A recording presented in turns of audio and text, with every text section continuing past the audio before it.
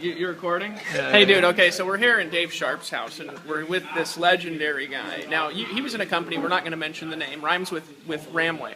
And he's got the most hilarious stories. I thought I had some funny stories, you know what I'm saying? Wander around. Like, because you used to wander around, right? I mean, wander around the shopping malls. Well, that's what we learned in Ramway. You go to the shopping malls because there's a lot of sharp people in there. A lot of sharp broke people, but, you know, they dress nice because they're trying to sell jewelry or watches or, you know, phones or whatever. You know, so I used to walk up and say, hey, you seem like a sharp person. Keep your options open. And they say, well, yeah, as a matter of fact, look how sexy I look today. You know, nobody's noticed today. You know, I am a sharp person. You know, so you did this too, right? So he's got the most hilarious story ever because, you know, we did home meetings. You know, we'd go to home, and I remember my funniest home meeting is we actually, a pastor called a church meeting. And I showed up and showed the plan. it was funny. They thought they were going to church, and he was like, "By the way, in addition to the church meeting, you know, Dave Wood's here. You're like the guy. And he's going to show us how to get rich. You know, whiteboard at the barbecue. Yeah. But this is funnier. So you got to hear this. Oh, well, we all got funny stories. I mean, I'm sure anybody that's been in Amway's probably got a bunch of funny stories. But you know, Ramway, if you want to call it Ramway. But it's just funny stories, right? And by the way, I give them a lot of props. I learned a lot there. But one of the funny stories we were just sharing is that it was raining, and I was actually catching a bus to go do the house meeting. Because you didn't have a car. I didn't have a car. Yeah. Well, because I didn't have any money. But and I don't want to say it was like fake it till you make it. I really was ambitious, but at the same time I was broke. But you wouldn't ride the bus to the front of their house. You'd ride to around the corner. Yeah, you ride it. And you I got my little briefcase. My friend's house. I got my little briefcase. Yeah, they think I have a car at that point. And then I do the whole presentation. People signing up left and right, okay, because the comp plan and all this. And then what happened this one time was it was pouring rain. I mean, pouring rain when I got out. And they said they were trying to walk me out to my car. So I'm sitting there, I didn't know what to do. So I kind of told him, I'm like, no, my friend lives just a few blocks away. I'm just going to go over and I'm going to be at my friend's house. He's waiting for me. So they came out and said, there's no way we're going to let you walk in the rain with your briefcase and your laptop to your friend's house. We're driving you there. So I got no way out of this. I'm stuck. So I get in the car. And they start driving. I don't know. I don't have a friend that lives near there, so we're just driving. And so I remembered on the bus, I saw a restaurant. I remember I saw this restaurant when I drove by, and I said, oh yeah, there was this restaurant, right? And I was kind of acting like I was lost. There was this restaurant, right? I'm supposed to meet him there. That's what I'm supposed to actually meet them there. If you could drop me off at this restaurant. So they dropped me off at this restaurant, and they're like, hey, you want us to wait or whatever? I said, no, I got this. I got a little work I could do. So they dropped me off. Now here's the thing. The bus actually didn't go there, so I had to walk.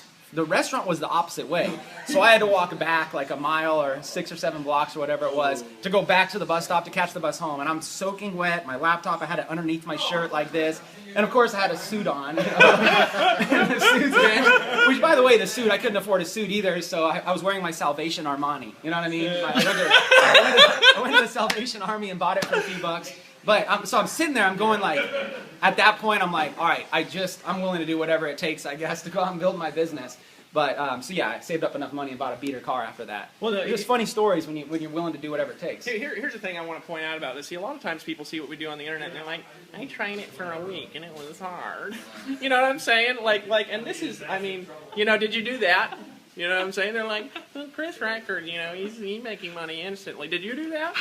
You know what I'm saying? I mean, you know, I talked to, you know, and somebody said it was a scheme. Yeah, I'm scared. You know, did you walk a mile and a half in a suit? You know what I'm saying? In the rain? You know, stop being a wussy and just do it. You know what I'm saying? Look.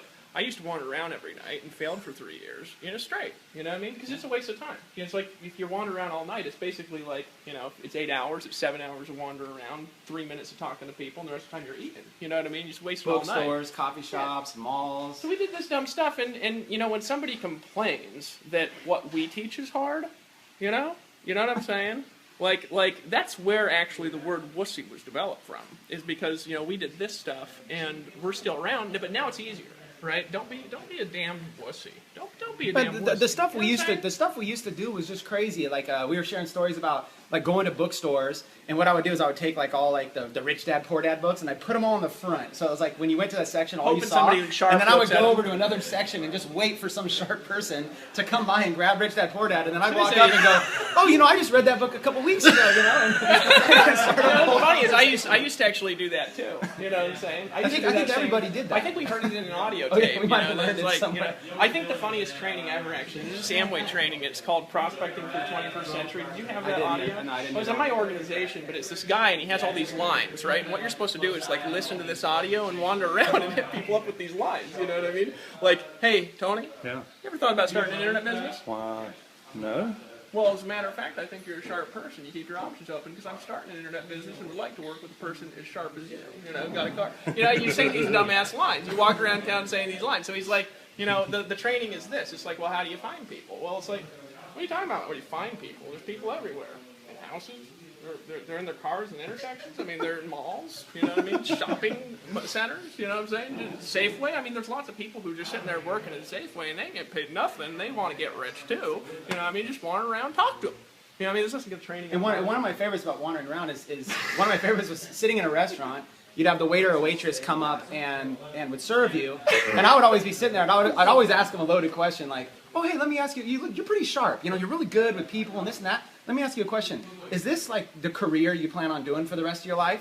You know, knowing that there's no waiter or waitress that's like, you know, trying to do that their whole life. I mean, you'd have to just no. You just have to hate yourself to say yes to that. Yeah, I mean, I'm sure there are some career waiters and I mean, waitresses. even if you know it's not many. Amway, even if you know it's Amway, you can't say yes. I want to work here because I don't want to get an Amway because you just look so stupid. You know what I mean? So what So they say, say, yeah, I'll talk to you. You know. Yeah, they say yeah, and then they'd you know, you say, hey, well, I'm always looking for sharp people. I'm expanding my business. Do you keep your options open to new ways of making money? And it's just always this yes, yes, yes. And I'd be sitting there with my whole team around me, like, watch this, you know, 100% chance I'm going to get a phone number. And I always would because it was always, it's like, I'm asking them, is this your career? No, but it's not anybody's career. But it's like, it's just the things that we used to do. We used to work so hard to be able to get a small result. Right now, I'm working a fraction as hard as I've ever worked in anything and making more money. Like, here it is. It's the 10th day of the freaking month. I just checked this morning. I'm at $20,000 already for the month. The first 10 days. You said last night that I'd probably make 30,000, but today I got 2 more people coming in at Masters. I think that it'll be 30 to 40,000 this month, and I'm still working a 60-hour a week business on the side. I got 2 kids under 2, and I'm sitting there looking, how is this even possible? I know some of it is we went through the school of hard knocks to learn some skills, but at the same time, I'm watching people that haven't gone through that experience, but they just don't have a wussy attitude. They're just stepping in and following the system here and making money. Well, that's the difference. You guys, here, listen to this for a second and look at this. And don't be a wussy, by the way. Look at this. Read the shirt and follow the commandment. Don't be a wussy. It's the first commandment, right? Now, not really, but you know, the thing is, guys, is that there's a difference between people, right? Everybody in this room. If we scroll around the room really quick. If you look at this room, guys, everybody in this room is making a lot of money in marketing. And I'll tell you the difference between this room and between a room of people who are broke and they think they're working and they're not working. I'll tell you the difference of the room. This room here, okay, has people who take action only, right? That's the difference. That's the difference. They take action. They take a lot of action. They take massive action, as you like to say, right?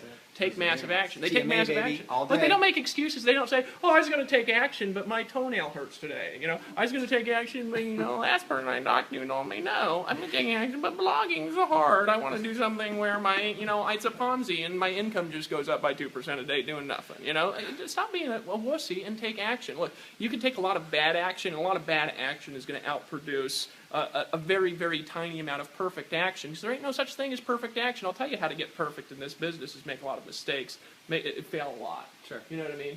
Fail a lot. That's how to make a lot of mistakes. I mean, you listen to this, right? And, it's like that story where Grandpa's sitting there and he's like, you think your life is hard? When I was your age.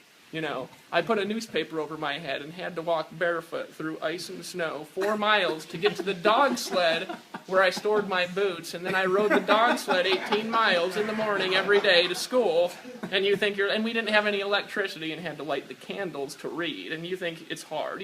I mean, I listen to that, and it's like, you think this is hard? You think this is hard? You think this is hard? Really? And that's why we say wussy, because it's just so damn funny if you think this is hard. It's not hard, it's easy. Don't be a wussy. That's the commandment, number one. Yeah, a lot of